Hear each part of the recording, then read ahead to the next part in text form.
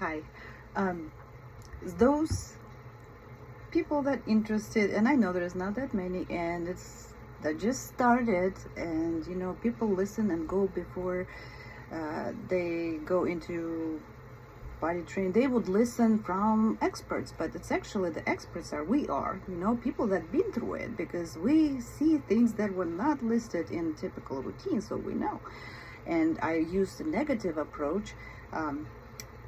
Meaning that I am teaching, talking what did not work, so you don't have to go through this, right? That's negative, but it's powerful and it's educational, because I've been through it. I lost some time too, and I'm here to kind of help you skip these issues. And again, I always probably gonna say that, but the way I live and the way I speak and the way I express myself, the way I explain things, could be interest to you, maybe not. Maybe I already lost people that just not interested to hear what I have to say. But when you go and dig for a diamond, I'm not talking about myself right now, it doesn't come pure as it is in the store appears to you. So what you need to look for is the information, the key information. And again, I'm very limited here because I've lost everything almost. I have my resources, but they're in storage and I don't have a home to get access. So I'm using notes, so it's boring. But I hope that does not discourage you, because I've got a lot of things to share, and the way I analyze things, it makes other people to go back and think and question and see, what do these, and like I said, I'm gonna tell you what books they have out there teaching. Again, they targeting everybody. That's like a one extra large t-shirt cannot necessarily fit me. I'm small. That's why it's not gonna fit me, even though it is a shirt. It's just not gonna look good on me. So there's books when they say they target everybody, but you take what works for you and then imply and see if it even works for you. That's what I'm here for. And the strategy behind, like I said, strategies, there's a lot of strategies. Yeah, there's strategies, yes. And they're very brief about this. They don't go in detail. Science, research. Now, put that on one hand and put experience with success on the other and see which one's more value to you. And again, what they go with, you increase water intake for children.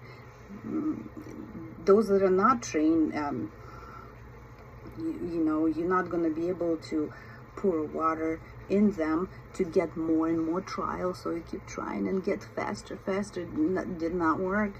Not always works, because you need to get to that water intake first before you start giving them administer water. It's not IV exactly where you just plugged in and they just giving you all that fluoride, whatever, water, whatever. So there's my point here. There's a lot of things that come in, and that's what makes it extremely difficult, because not I only use some of their strategies, I also sharing what I used, and I'm also improving that, because I think that may also work. I didn't use it, but that could work for you, because I'm experienced now. I've been through this, and I cannot just go back and redo what I did. But we mission accomplished. We are going potty. And then again, you're dealing with children, different ages. Different ages could be very significant factor. Why? Because, and I'll tell you that, because children that older enough, hopefully they got some ABA exposure, whatnot, they go in the diapers because they used to, and they don't tell you that, by the way. So you put your child on a potty with everything in place, okay, let's hypothetically say so, and they sit in there and they just don't go with that volume. You water you put in them, they just don't go. Why? Here's my answer. because they've been going into diapers so long, and you taking that away from them. You putting that child on a toilet, and they're not peeing, nothing happens. Why? Oh, because he used to go into a diaper. Now you're taking that away, and they're gonna hold it. And then, by then, as soon as you waited there for long enough, then you start seeing behaviors, because child doesn't understand why he has to sit for so long. Then he start running, screaming, fighting, whatever. As soon as you put that diaper back on, they go pee, or underwear, whatever. But the goal is to pee in the bowl, not in underwear now, So they don't tell you that. These are the milestones that come with experience, with practice. And if you don't stop and continue to learn something, you come up with your own ideas, you see. So this is my introduction to this part. And again, I miss a lot of things because I have distractions going on, and as multitasking as I am, I'm still can get off the target, and I bring through my own examples to show you, because we do learn from negative better than from positive, actually, because we don't want to make that mistake, or we don't want to make that mistake again. And so this portion I'm going to call a prelude to potty training. So, and like I said, we're gonna establish a couple things, and we have established that the child needs to be exposed to the ABA strategy. Rather, I mentioned that it doesn't matter how many years they get it, as long as they're used to the process. Time to work, time to produce results, and time to get reward, and time to go on break. This is the sequence. I'm still teaching my child sequence. I post this therapies, because you can use a lot of things with sequences. And typically when ABA comes in and they start teaching from zero, they often use a token board. I don't know if you heard of that. Probably many do. Maybe some people still do. But we used token board for a long time. And then eventually it faded. But at first it was like 2 tokens. Then it was 5 tokens. Then it was 10 tokens. And then we faded that out. And you can see we're like highly advanced when I do my ABA. And it just didn't happen, because, again, always remember, 0, 0. We started with 0. So the prelude is basically, we already established, it's like being in college. You need to take biology 136, potty training. They give you prerequisite. You have to take bio 101 and 102 before you get to 136, right? That's a prerequisite, that's a requirement, and that's what you need to establish. And I don't know ages, the children, I guess the younger they are, they're easier to work, because you forming their personality, you teaching them how to ask these things, how to respond to things. And so we've used token board. And what is a token board? Yes, it shows the child, this is what you do, and this is what you get, and you manipulate the token board, because you have to also watch for their behavior. And if you start seeing agitation, you just keep going faster, but they also see there is an and they get in what they want. And this is why you use PACs, pictures, communication, instead of speech device. So the prerequisite here in the potty training is a primary skills that are established through ABA, and it has to be basically work and reward. What you get with that through ABA exposure, you will get compliance, because they have to see, they have to work, right? That will help also reduce their behaviors, because you establish a routine. You're doing the same thing every day, all the same things, and that's a potty training to just a different type of goal. But the behavior is reduction is in place, because they already know. I mean, first session is always a nightmare, because they scream, they fight, they beat you too. Happened to be my mom's son who beat me too. So that's very important, because when you tell them visually, because then they don't understand anything, you work with 0, that you're gonna reward that behavior, and You also teach him sitting, by the way. Sitting. This is the main component of potty training. They don't tell you that either. Yeah, they don't tell you that your child will be sitting on that potty. They expect that the child will be compliant to sit on that potty. And in my case, when I brought my kid to the bathroom, he screamed and cried, and I had an ABA who was an expert, but then she's like, if you cannot hear him scream, you better just leave the house. But he's gonna have to cry out, and he will be, and I will let him. And I did. But there are other ways to do it, though. Now that I'm 10 years later, you don't really have to make him cry the whole day, because it doesn't have to be negative experience for them. My opinion. You pee, you can cry, you can bite, you can fight, but you're gonna pee. No, not always working that way. No. And then if they're already used to go with underwear on or diaper on, they're gonna wait. As soon as you put that underwear back, they're gonna pee right then. Happened to me too. That's how I know, right? And so what we're going to again, it's going to be probably like multi-session that I'm targeting, and I'm listening myself after the fact. What did I say? Should I say how I said that? I would recommend you not to jump like right away in the potty, because that's just not going to work. Just get to know your child, because oftentimes we don't. We just want them to be potty trained, but we don't know much about them, where they are, what they want, how they behave. You have to observe it. You have to observe, because they won't tell you thing, right? They cannot talk. And if they're not even exposed to anything ABA or the new packs that you bring in, they cannot even point out. And in my case, we had to literally take his fingers like that and point, and then point. This is where we are. Well, we were 10 years ago. So you want them introduced to the potty itself. You also have to pick the word that you're going to be using. Remember, consistency, routine. You have to pick words that you're going to be using, vocabulary, and it has to be limited, because they cannot interpret everything all at once. You're teaching words and you're teaching them actions. So pick the word, and it's going to be always the same word. You can shape it later, a decade later, maybe, if they even talk, but they know potty is a potty and how it looks like. Introduction to the potty can be accomplished many ways. And I dealt with some bad ABAs when I already was experienced, and many times they target, do this, mastered.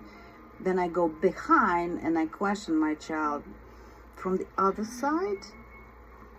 It's not mastered anything. He's only mastered this on the paper. Yeah, so that's why when you introduce them to the potty itself, the toilet bowl, right? The toilet bowl. They may never seen it, right? How much, just ask yourself a question. How many times did they go in the bathroom and look at things, explore things? Probably zero. My child was very much into bathroom afterwards, because, besides potty training, he also got steaming on a water flush. And I've got like $100 water bills then. And that was an issue we had to address. But that's how he explored our bathroom. It's just flushing over and over and over again. My God. So, but back to the subject here. You will need PACs, not speech device. That PACs, you may, like I said, it has to be nice and clear. And when you choose your PACs, I would also recommend you working on strategies, and you can incorporate generalization as well. With this ABA people, they teach you these pictures, then you go back to your child, like picture of a cat, for example. You show them that cat, and then they're used to that one picture to see, and they know cat. Now show them another picture of a cat. They won't tell you that, because that's generalization, and they never been taught that. So you have to teach this cat, and then that cat, and that many other cats, so they get an idea that that cat can look different. And it could be a real cat, it could be a cartoon cat, it could be a caricature cat. That's generalization, so they have to generalize. So that's why I always push harder, and I teach my child, like, you take in the toilet, you get one pack with a cartoon, the image, and then you take picture of a real one. And the better if that's the toilet that you actually have, right? So they gonna get familiar, and this is like gradually you progress them, you moving them towards the bathroom, yeah. And then you say, you create your own routine. And I don't know if you want to teach them hand washing. At my point, when I was so stressed, I didn't even care about washing hands, because that's an extra step he needed to do, even if he did not pee. So I just said, forget it, I'll just focus on that, because I can then go and wash his hands by myself. I just want him to go pee. So I excluded that then. But we had, like, let's say you have a toilet, a bathroom picture, you have a toilet itself, and then you have like maybe paper roll, and then you have underwear, depends. But you made your sequence, and you say, when you work with them on ABA, for example, and you say, you put this images, what you're doing, next, you show it to them, and the one is going to be toilet. So then they start recognizing, before you start potty training, by the way, so they will start recognizing, oh, look, there is a picture with a toilet, that means there. And you also use books. I know there is one with Elmo. I have it in my storage, but I don't have it available to show you. But there's some books that show animals, people on the potty. You introduce him that way too, and that's broad. It's wide. It's not just on the one square picture. It's also, you can see books, you can see process. They show the toilet paper. You gotta get them introduced to that environment on the paper first. Then I would recommend to go to toys. There are toys. I just saw one yesterday. I didn't buy it. I don't need it. But there's like a toilet. There's like some animals sitting on it. Make it fun. That dog must have had some balls. You put it some balls, and then he poops or shows. That's visual aid. It's also fun aid, because they can take it in their hands and they play with that. That's why you need to have every little thing in place before you even go to that bathroom. You have to make it fun first. That's what we did not do, and I should have, right? That's why packs, toys, books, and then you take him to the bathroom to show your toilet what you got over there, because more likely that's not where they play. That's not where they play. What's there for them? And you want them to sit on that thing. You have to test your child, put him on a chair and see how long he's gonna sit. My child was constantly steaming, he would not sit. That was the hardest for me. And that did not work for me for potty training. He would not, I put him in, he would get off. I put him in, and he was 6. So, approach that very, very carefully and very, very gradually and slowly. Introduce him visually. Don't jump into the diaper off thing. It's part of them now. They've been wearing this for years. But show them, let's look at that. And there's, they like noises and flush and smell. If you can find a toy like that, use that. Show them flush on that toy. And then you take him to the bathroom and introduce. And again, these are phases. These are the things that you need to establish before you jump right in. And I'm also giving you my feedback, what would work, my recommendations, because I'm working with a 0 here. And you can look at any of my ABAs and you see any ABA, BCBA, looking at my sessions, they know what I'm talking about. Many would even find it very educational for them all, because most of the time these people, they just work with these children. They don't live with them. There's a big difference. So there we are. This is why we have to kind of get together and tip in, and that's called also generalization, because now we have, that may work, that will not work. So speaking about bathroom now, I think this is going to be my last thing. I'm 20 minutes now. Bathroom.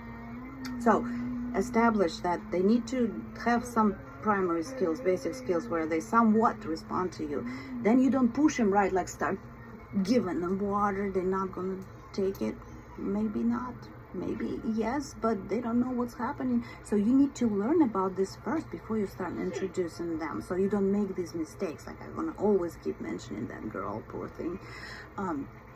But when you get to the bathroom and you work on the child with, you know, pictures, packs, toys and stuff, you're making them interested, you're making them familiar with that environment, right? You're showing them. They may even understand. They may just not say it. We never know. We never know. We always estimate. And that's why you test them. You see where they are. You put him on the chair and see how long he's going to be sitting. You know, instead of like giving them like water to get more trials, that's ABA, but I'm kind of not for that. You know, that's not for me. So you just want to, one of these days, just not even training itself. It's like whole prelude. You take that diaper off and you put underwear on and just keep counting. Keep counting how many times this child will get that underwear wet. You will learn yourself how much underwear you need, the frequency, how often they go. Yeah, it's a little work, but you set this up a little by little. You observe, okay, he went 7 times. So then you start calculating time. Yeah, you don't make it, you know, because trials are good. Trials are excellent. But what do you do when the child used to the diaper and it just doesn't understand why he needs to sit for, and then as soon as you put the underwear, because you cannot hold them for 30 minutes on the toilet, and then they go, as soon as you put that underwear back on, they pee. Yeah, that was already after fact too. And sometimes you lose your patience. What did you do? And they get scared. They don't want to be scared. It has to be fun. It has to be something interesting, you know. So bathrooms are very important because that's the final project. That's the final goal where they're going to be spending most of their time during that training. And let's see, I would recommend, first of all, with, you know, I don't know what child I'm working with. It could be 4-year-old, it could be 7-10-year-old child. I don't know, you know, I'm just talking. Just talking. But it's important to mention, for me anyway, that how is your bathroom is accommodated. If you have a 10-year-old, you probably go and sit and no problem. If you have a 3-year-old, they're gonna drown in that toilet because they're small. They need chair to get up. They need extra seat, and that seat better be soft, you know, kind of comfortable. You want to make something comfortable for them. You expect them to sit there for some time, so you want to make it comfortable. You may want to even make it attractive. You know, they like Elmo, find them one with the Elmo. But if, you know, choices sometimes could be limited, find them something so you have to physically accommodate that the toilet for them, so they're comfortable. They can step in, they can sit. They're going to sit for a while. They're going to be waiting. That's why it's important to adjust the toilet bowl. That's why I said this bathroom has to be customized up to accommodate your child needs while you're teaching them. Use colors. Use images they like. Elmo, in my case, Mickey Mouse. It has to be, you know, you're taking that playroom environment and you place that into your bathroom. You move that, you focus, you steer them. In addition, you want to introduce them to sounds in the bathroom, because many have sensory. Many will like, many will not. But, you know, you flush and they get scared and they may not come back to that bathroom. So if they're running around, just bring them kind of like on the side and flush the toilet, see what they do, how they respond to that. They may not respond at all. Well, then there's no problem. But if they get scared, they need to hear that sound too. You teach them that. And the more they hear them, the more likely they will get transitioned faster. So consider this, right? Then I would also, now I remembered, we had, my child was focused like only on iPhone, iPad, the digital expensive stuff. But there is also secondary reinforcers, and he just not was interested. He had a short span. He didn't play much. I'd have to give him each toy every time. And when you don't have enough money, what do? You just go second hand. That's an advertisement for Goodwill. You're getting toys there because that's cheap. You need these tools. You need them. And sometimes you have to have many. And if you go in the store, it's very expensive. Very. So you get cheap toys, $1, $2, $3, whatever. And then you put new toy each day when they come in that bathroom. You play with them in that bathroom. And that box with toys that you're going to introduce them to, they're going to be staying only in the bathroom. Yeah. So when they come in, you're going to start playing with them already in a different environment. They don't see that. They see toys. But you've gotten their attention. You introduce them to that room. You want them to come into that room, and you want them to spend time in that room because that's where they're going to be for quite some time. So this, I think it's 26 minutes, almost like a last one. But this is what I call prelude. These are the components that come together, and I'm sharing what I haven't even used, but if I were to do it again, that's what I would do. That was my negative experience, right? But I learned from that, and I'm always thinking outside of the box. And it's I'm saying it's very difficult to, if I would have a child in front of me, I would make just observation. I would determine which skills, which sounds, which noises, which sensories they have. I would put underwear, just one day, try it one day, just put underwear and see how many times you have to change that. And where we go. We're going back to where you need to be available and your child need to be available for that. So for this specific experiment, you probably need one day, Saturday, Sunday, whenever you have a day off, but that's what you do. You just take a very slow, very careful approach, and then from doing that one trial just on your own, see how many times he's going to pee for you that day. Because if I ask you this, you won't be able to tell me that. But that's why you need this to know, because you're going to make a schedule then. And let's say if the child went like every hour on an hour, and then you have to figure out if you're going to do water or not. If you want to do water, then that's going to be another example, another experiment, and see how often they go with the water in. And then you make a schedule. So if you did, let's say, he is going to the bathroom 1 hour, once an hour, right? Then your schedule will be probably, I would say, every 50 minutes, you would take him to the bathroom. So you don't have to keep him on the potty for that long. But, that's about time he's supposed to pee, because that's how he did in the pre-trial when you observed. And again, they don't tell you that. They just do not. So that's why I know there's so many components to that, but you're going to get a positive outcome. You're going to smoothly transition them from playroom to the bathroom, and it has to be something that attracted to them. And if he wants to go outside of that bathroom, let him go. But toys will stay there. They will have to stay there. And then if you put something, like I said, you have to figure out what they like even. And if they like that toy, keep it there.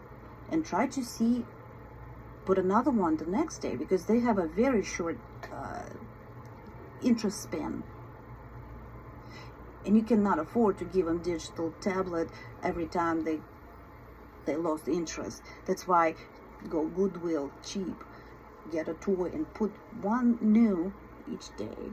And you kind of like little by little, you getting them into that bathroom. That's important. I just hope it makes sense. And you see how much I've been talking and how important that is just to even approach that. There's a lot of things that I may not even mention because I'm not a public speaker and I could forget some. I did get my notes. But there may be something I didn't mention. Again, I'm not targeting one person in front of me. I'm just giving my advices right now. Take what's useful. Practice and see if what I say is going to work for you, which probably will.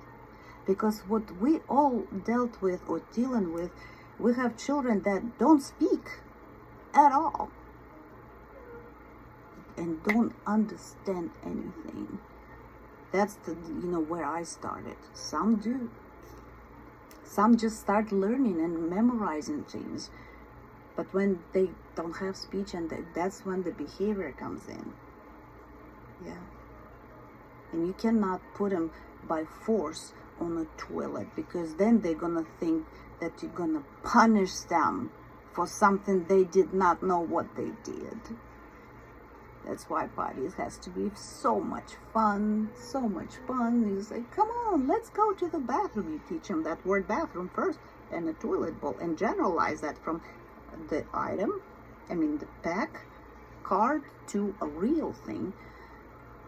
And then you can sometimes oh, look, there is a bathroom here. And then you got these toys and he may just play. Put him on the toilet and see how long he's gonna stay, and give him a toy in the hand. And again, these are not the primary reinforcers. This is just the trial reinforcers. So you always have to keep one, the most powerful, on the back, because that's what you're going to be using every time they pee. Okay? So it's now 32 minutes. So I hope you can find this helpful, and I don't know how much time it's going to take me to move to the next phase of my parent training. Just experiment for now and see what I say, if it works for you. If you want to hear me longer, or you pretty much done, it's I'm just crap, I don't care. But yeah, what you want to do is put some toys in the bathroom, nice toys. It has to be nice, to get them in there. And while they're playing, flush the toilet and see how they respond to that. Because then if they have sensory, you have to address that too. And run the water, because you may teach them sounds while they're on the potty. That's extra cue. And you just pour that water a little bit. And they may just hear that, they may just go. And that's what I used to. But they need to be in that room, and they need to be familiar with that room, and they want to be in that room. And there is nothing in that room. You're gonna take them there, they're gonna feel like they've been punished. They're gonna cry, they're gonna fight you, and then it's gonna cause adverse behaviors. Then it actually creates even more issues that you need to overcome. So this is what I would recommend. And yes, put that underwear and count how many times the child goes. If you can't get water in them, like they say, get those trials. Yeah, trials are good, many, but different circumstances. Can you even give them water? If you do a special day and see how many times they go pee when you give them extra water, right? But you need to collect data. This is all data. This is something you don't know right now. You don't know that. That's why do that first and see, and then we move forward. I'm sorry, I think I'm finally done, but just try these things first. Okay? Bye.